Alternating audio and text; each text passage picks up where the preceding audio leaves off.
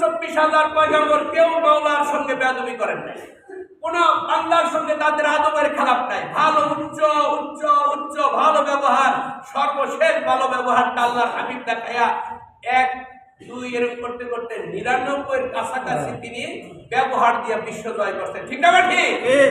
যুদ্ধ অস্ত্র এরকম বিভিন্ন যুদ্ধ জাহাজ গুলো একা না, আধা না, আর বাদ বাকি সব ব্যবহার দিয়া তিনি জয় করে গেলেন। আপনার আমার সেই ব্যবহার কোথায়? সেই ব্যবহার করতে গেল বিপদ, না করলেও বিপদ। এই বিপদের মধ্যে বিপদ, এই যে ফাজিল বন্ধ করছে, দেখছেন? এবার বুঝে মানে আমরা মুলুমিরা নিচের ফেটে গেলে মুসল্লিরা উষ্ণা দিয়ে তো এই ছাতা এই যে ঝুপড়ির ভিতরে একটা ঠক ঠক ঠক করে বাজে, এটা খুব দরকার, আমাদের দরকার নাকি? দরকারি না, এটা মানুষের মানবতা, এলাকার মানুষের সবার জন্য দুর্বিষহ। আমি এই যে কাউন্সিলর সবার কাছে খবর পাঠাইলাম যে এটা যেন দয়া করে আমাদের একটু বন্ধ করে মসজিদের মানুষগুলা নামাজ পড়তে অসুবিধা। আপনাদের অসুবিধা হয় কি হয় না?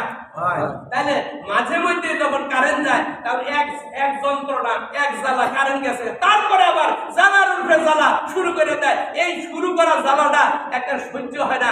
এই সহ্য না হওয়াটা এটা আপনার ইমানের খাসলত। আপনি করবেন কি? এটার প্রতিবাদ প্রতিরোধ এটা আপনার জন্য জরুরি। অন্যায় যে করে, অন্যায় যে সহ্য করে সমান অপরাধ। আজকে কি শুক্রবার তো নাকি জুমাবার? মুসল্লিকে এই কটাই মুসলমান এলাকায় সবার জন্য আজান যাওয়ার কানে লাগার সাথে সাথে মসজিদে আসা সকল মুসলমানের আকেলমান নর, অর্থাৎ নারী না, মেয়ের না, আকেলমান পুরুষের সংখ্যা এই কয়টাই না কম আছে?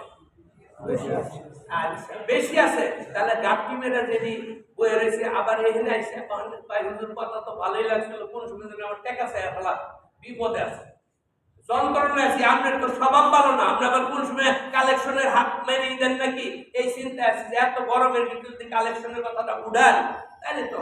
আরে ফাজিল, আপনি যে এত ভালো ভালো মুসলমানই শিখলেন, মানুষের ভালো ভালো কথা কন, একটা ইন্ডাস্ট্রির মালিক, একটা 14টা হ্যান্ডকানের মালিক, আপনি তো একাই এই মসজিদ চালাইতেন, আছেন এর মানুষ?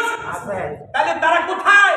কবরে তো গেছে অনেকে, আপনিও যাবেন, কিন্তু সেখানে আপনার রাস্তাটা যেন আল্লাহ রাব্বুল আলামিন জানায় দেন, না হলে তো আবার আটকাই দিব আমরে, বলে তুমি বললেই তো সে দিত। এতগুলা কিছুর মালিক, তাহলে মসজিদ অসল থাকে, মসজিদের পয়সা কোন জায়গায় যায় এই হিসাব রাখতে পারো? মনে মনে ধ্যান ধারণা শয়তানি রাখো, মসজিদে মানুষের টাকা দিলে তোমার কষ্ট লাগে, এইরকম ফাইজলামি করা কইরা তুমি তো অনেক প্রাচুর্যের মালিকই হইলা, কিন্তু তুমি তো যাইবা কবরে, সেও যাবে কবরে। আল্লাহ রাব্বুল আলামিন সকলেরই কবরে যাওয়ার পরে একটা মালিক সবার জন্য, এক মালিক, তার নাম আল্লাহ রাব্বুল আলামিন। ঠিক না ঠিক? আল্লাহ পাক সবার মালিককে কখন আল্লাহ নাকি মোদী সাহেবের মালিক আরেকজন, খ্রিস্টানের মালিক আরেকজন? এক মালিক। আপনিও যাবেন, আমরাও যাব, আমিও যাব, সেখানে সবার একত্রিত হইতেই হবে। সেখানে আপনার আমার এত চিন্তা না, লোক এটা করলো এটা করলো, এত বিচার সালিশের ব্যবস্থা কি আপনার বিবেক নেই? আল্লাহ রাব্বুল আলামিন কোরআনে পাকে বলে তুমি আক্কেল খাটাও। আক্কেল তো বহু জায়গায় খাটাইলা, যখন আক্কেলের প্রসঙ্গ মসজিদের কাছে আইসেই না জানি কি। এখন আপনারা আমি মানে একেবারেই স্বনিবদ্ধভাবে বলবো যে মসজিদের জরুরত অনেক আছে, আছে না নাই? কথা বল না, কইলে টাকা দাও আছে না নাই? সেই মসজিদের জরুরত সামনে নিয়ে আপনি সর্বোচ্চ দানের হাতটা এই মুহূর্তে শেষ করে দেন। কার সামনে দেওয়া বাক্স গেল সেটা আমার জানার বোঝার দরকার নাই। সর্বোচ্চ দানটা আপনি পকেটটা খালি করে ঘরে যান, আপনার পকেটটা বড়র মালিক হলো আল্লাহ, নাকি? বিশ্বাস করেন কাটা কাটা? তাহলে আপনার বাবা যে কবরে আজাব খাইতেছে, মায়ের যে আজাব খাইতেছে, কি শান্তি পাইতেছে আপনি কি জানেন? আপনার ধরে নিতে হবে, আল্লাহ খোদা না করে যদি আমার বাবা মা আজাব হয়ে থাকে, মাবুদ আজাবে গ্রেফতার থাকে, আমি এই টাকাটা শুধু আমার বাবা মার নাজাতের জন্য, তাদের পয়সা আমি নিজে কুক্ষিগত করে খাইতেছি, এখন তাদের নাজাতের জন্য এই টাকাটা আমি আল্লাহর ঘরের খেদমতে দিলাম। আসেননি কোনো বান্দা আল্লাহর 100 টাকার একটা নোট আল্লাহর রাস্তে আজকে এই মাহফিল, এই মজলিস, এই জুমার দিন আমি 100 টাকা পিতামাতার নাজাতের জন্য দেব। আল্লাহু আকবার, আল্লাহ।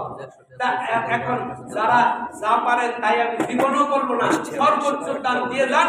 খোদার শপথ, আপনি 10 গুণ না পাওয়া পর্যন্ত আপনার মৃত্যু হবে না। আর আপনি সরাসরি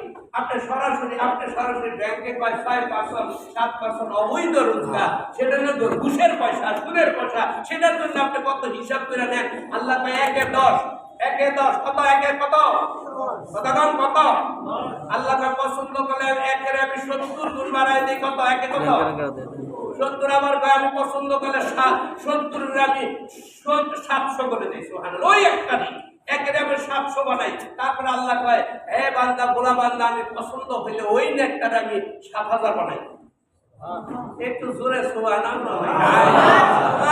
হায় রে মুসলমান। আল্লাহ কয় ও দুনিয়ার মানুষ, আমার হাবিবের উম্মতরা শুনে রাখো, এই 7000কে আমি ওই একের পরিমাণ একটাকে কেন্দ্র করে আমি 70000 বানায় দেই। আল্লাহ রাব্বুল আলামিন কয় বলতেছেন ও দুনিয়ার মানুষ, আমার দয়াল নবীর উম্মতরা শুনো, এখন আমি যদি পছন্দ হয়ে যায় ওই একটারে আমি কি করি 70000 অতিক্রান্ত করে আমি করি বেগায়েরে হিসাব ছাড়া তারে দান করি। তাহলে তোমার এত অনীহা কেন? তার মানে তুমি আমার উপর বিশ্বাস নাই, ওই কোরআন শরীফ বিশ্বাস করো না, হাদিস শরীফ মানো না, আর ফাইজলামি করার সময় তুমি সবার উপরে মাতবরি সরকারি, এগুলি করা ঠিক না। ঠিক আছে ভাই, আমার কথা ঠিক আছে? অর্থাৎ দানটা ওইভাবে করবেন যেন আল্লাহ পাকের বিশ্বাস একিনের নজরে তিনার আল্লাহর কুদরতি হাত রয়ে গেছে, মধ্যে বাক্স যায় আর সাউনেওয়ালা যায়, এর মধ্যে আল্লাহ রাব্বুল আলামিন বলেন যে আমি নিজেই এই দানটা গ্রহণ করলাম, যেহেতু ঘরটা আমি খোদা। কথা ঠিক না ঠিক? একটু ভাবনা চিন্তা করে মসজিদে আসবেন, মসজিদ থেকে যাবেন, এই ক্লাসে যথারীতি ক্লাস করবেন, এবং প্রতি জুমাবার এখানে মাগরিব বা জিকিরের অনুষ্ঠান হয় কি হয় না? আপনি চেষ্টা করবেন আর 10 জনের দাওয়াত দিবেন, ইনশাআল্লাহ তাআলা যথাযথ সময় মতো ইনশাআল্লাহ বাদ বাকি যথেষ্ট পরিমাণ না হলেও যৎকিঞ্চিৎ আমরা চেষ্টা, আমাদের সাধ্য অতিরিক্ত আমরা পারি না, আমাদের সাধ্যের মতো আমরা দিন ধর্ম কিভাবে সহিভাবে পালন করে আমরা আল্লাহর দরবারে ঈমান নিয়ে যাইতে পারি, সেই প্রচেষ্টার জন্য আল্লাহ পাক আমাদের দ্বারা কবুল করে নেন। আমিন।